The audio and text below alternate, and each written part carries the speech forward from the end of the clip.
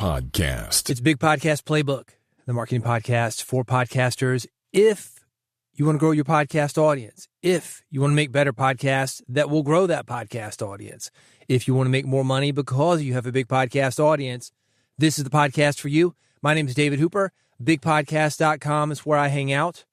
Also, studios, radio stations, editing bays. Today, this episode, I'm going to talk about trophies and paid trophies specifically. There has been a lot about the FIFA Peace Prize.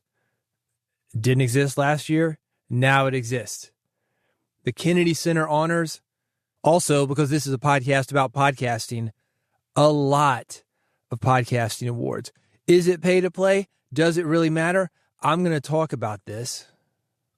I want to give you a skeptical, no-nonsense look about awards and also kind of the behind-the-scenes of awards. I have never run an award show, but for years, I did run a huge music conference, meaning that I had 350 to 450 acts come to my city, to Nashville, Tennessee. It wasn't an award, but you had to submit, you had to get picked, we would showcase you. 22 clubs, 5 nights, multiple acts per night. We had more people wanting to be part of this than we did spaces. In fact, when I talk about 350 to 450 acts per year, it didn't start like that. It didn't start as 22 clubs. It didn't start as 5 days. It started about 3 days, I don't know, maybe 10 or 15 clubs, 10 or 12 clubs, who knows?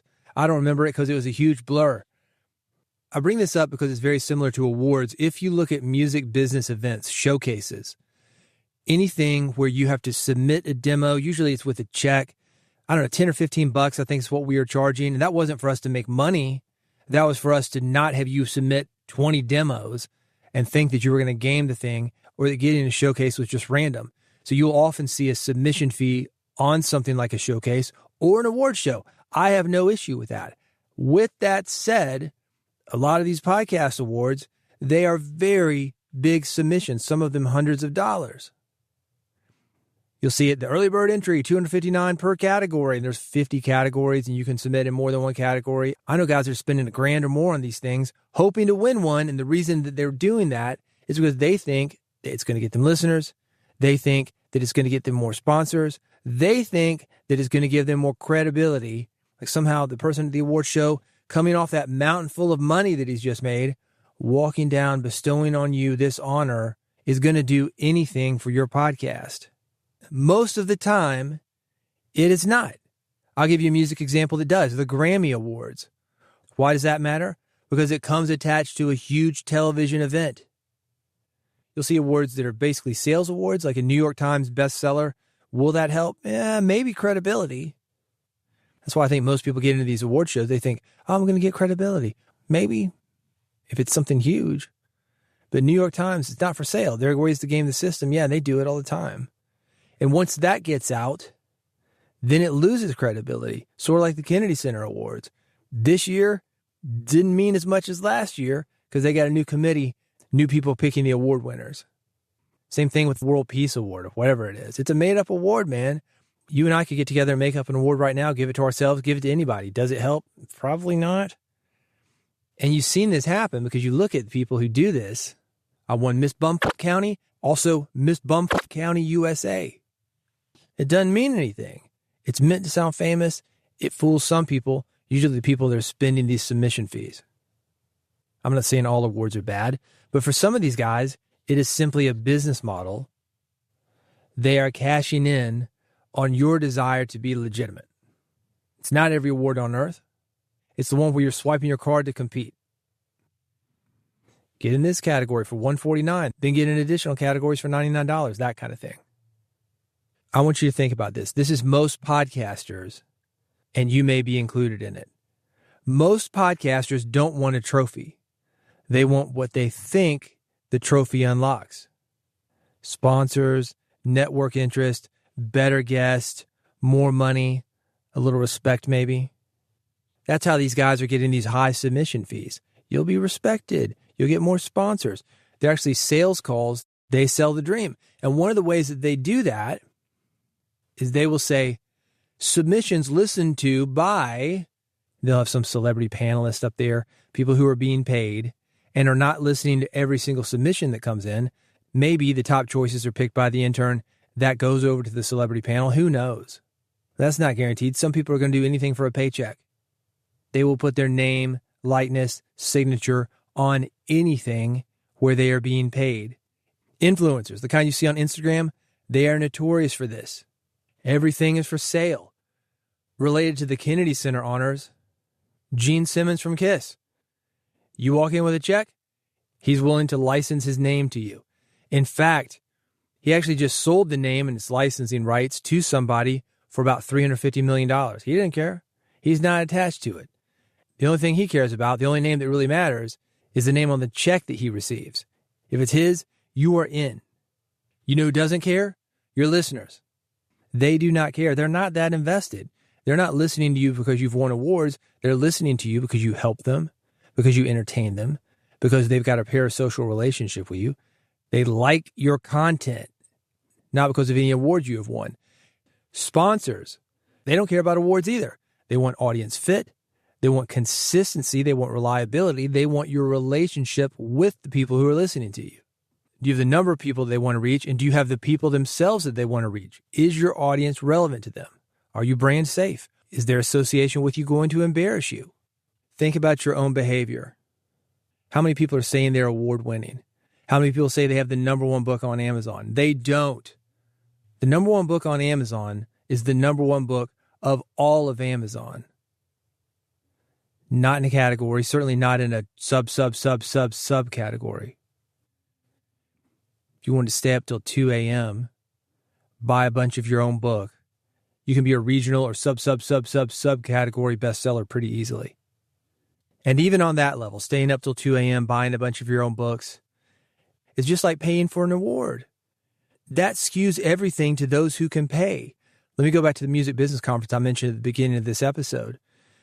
We ran into a real issue of getting top-notch headlining acts that could bring in the people for everybody else who was on the bill, because those acts were hard to reach. They didn't go to music conferences. They were out doing their thing. They were too busy. They had too much going on. It's the same thing for podcasts that are actually doing something. They're either out there making money, too busy to submit for an award, or they are making the podcast that they want to make, that their audience gets connected to and really likes to listen to, not looking at, oh man, maybe I should submit for this award. The hard workers and the guys that are having success, they're not even on the list for the panel, assuming that it is a panel and not an intern, to pick from. Regarding that panel, who are the judges? How are they chosen? And how much time are they realistically spending? I already talked about that, the hundreds and hundreds of submissions that come in. Usually the panel of judges, they might get, I don't know, 1, 2, who knows if they actually listen to it. They're on the payroll. And even if they are listening, are they experts on podcasts? Are they experts in your genre of podcasts? Would they know good or great even if they listen to it? Just because somebody's famous doesn't make them a podcasting expert. This is one of the reasons that people really love the Grammys, by the way. The Grammys are voted on by an industry of your peers. Anytime there's an academy, whether it's a recording academy, the motion picture academy, you're being voted on by an industry of your peers. Do your peers know what's up? Let's talk about the Grammys and what that looks like. In the late 80s, Metallica was red hot. They were up against Jethro Tull, a classic rock band. Jethro Tull sold about 30 million records, so a lot of records, much more than Metallica at the time. Who won the best hard rock album? Jethro Tull. Was it better? Arguably not. But the people voting on the Grammys, they were an older audience. They knew Jethro Tull. Sometimes people just vote for the names that they know. They're not doing the research. They're old. They're out of date. I would definitely question the judging panel. And judging panel, when you're talking about judging, do you really want judgment against you regardless of how good the panel is? It's one person's opinion. It's a panel's opinion. Again, why are you doing this? It's what you think it's going to do to you. And in most cases, nothing, because your listeners, they don't care. They like your content. They like you. They don't care about what some panel thinks about you, young or hip or old and out of touch. Instead of spending money on awards or chances at awards, here's what I would do. focus on the basics, focus on your audio quality, focus on your content, focus on getting good guests and preparing them and you being prepared to interview them. Focus on your editing. Podcasting is pretty simple. You don't have to worry about the latest and greatest. Good enough as far as audio quality is pretty good. After a certain point, you don't need the latest mic. You don't need the best interface. You just need an interface, a mic, a quiet place, maybe a little compression. I'm talking into a $500 mic. I'm going into a DBX286S preamp. I've got a Focusrite 4i4 interface. Add these up, I don't know, maybe $1,000, probably a little less than $1,000. Using free software going into Audacity. I use Isotope RX to clean things up. Again, $1,000, $1,200. I don't know what I've got invested in this studio right now, the equipment that I'm using this moment. Let's say it's $1,500 soup to nuts. So if you don't already have this kind of equipment, what you're spending on entrance fees, you can get it and sound pretty good. And your listeners, the people who really care, they're going to appreciate you for it. I would invest in discoverability, invest in marketing. Maybe you want to do some paid promotions, paid cross promotions, ads within podcast players. I would suggest starting there, going with somebody who is already listening to audio. That's going to be easier for them to come onto your podcast. They got the player, great. Subscribe to my podcast or listen to it with one click, done. That's a pretty easy sell. It's more difficult. And this is why I think it's so funny for the guys who are using YouTube because of discoverability to promote podcasts. Oh, come and listen to my podcast. No. Those are YouTubers, man. Those are YouTubers. They like YouTube. They're not going to come over to a podcast player, switch from one modality to another. No, they're not going to do that. A few of them might, but not on a mass level. If you want more podcast listeners, go to people who are already podcast listeners. I would look at your brand and your positioning. Maybe you want an artwork refresh. Maybe like this podcast, I did get an artwork refresh recently, but it was because I had a name refresh. That was free, man. Maybe sharper landing page, better podcast website. You can invest in going to a live event where you can actually meet other podcasters in person, nose to nose, toes to toes, face to face. Don't worry about the size. You don't need to meet everybody. You see the big events, oh, it's 1,000, 2,000 people. Okay, great. That's overwhelming to some people. Sometimes the best events are the smaller ones. I ran one a couple times. We were basically doing Dunbar's number, 100, 120 people. That was it. Everybody knew everybody by the time they left. And that's not against 1,000 or 2,000 people events, but you're not going to meet 1,000 or 2,000 people. That's not 10 or 20 times better than the 100-person event. Sometimes these events are so big, you're not going to even see the people you're going there to meet. So if you do go to those events, go there with a plan. And that takes it back to my big point. Most of the stuff that's going to help move the needle for you, a plan, coming up with that and enacting it, that doesn't cost you a thing. Getting to the event, that's going to cost you. But whether or not you have success at the event, it's not because of the event, it's because of you and that plan and enacting the plan. Let me leave you with this. These are questions to ask yourself if you're thinking about trying to go for an award. Ask yourself, can I clearly explain how this will lead to more listeners or more revenue? Beyond, hey, it will feel good. Write that off the table. How is it going to move the needle? Is the judging process or scoring explained in detail, and is it public? Or is it just an opinion? Because that happens. In fact, some award shows, some organizations, they will find somebody, try to hitch their wagon onto that person. Let's say something like Call Her Daddy. Oh, Call Her Daddy's doing well. Maybe if we give her an award, she'll give us a little bit of her credibility. No, she won't. It goes back to what I was talking about. The people who are working don't need awards. They don't care. They've already got what they need. They've got listeners. They've got money, sponsorships, credibility. Awards do not factor into this process. This next one, this is a big one. This is where the rubber meets the road. Do you recognize the past winners? Back to my music business experience, there'd be songwriting competitions. Oh, man. You never heard of any of the winners, man. You haven't heard any of their songs? It's just a logo factory.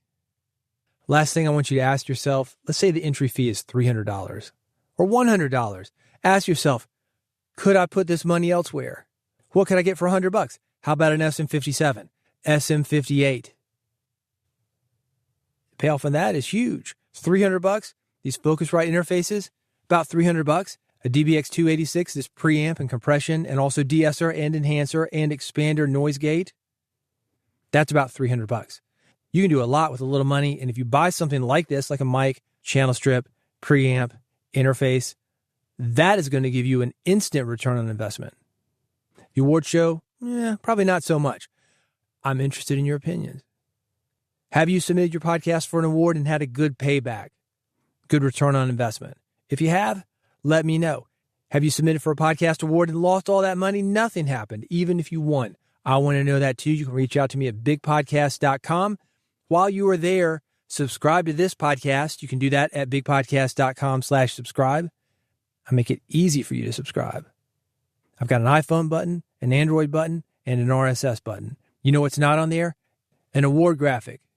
Although I did just get an award. I gave it to myself. The Blue Yeti Peace Prize. You can see it on my LinkedIn.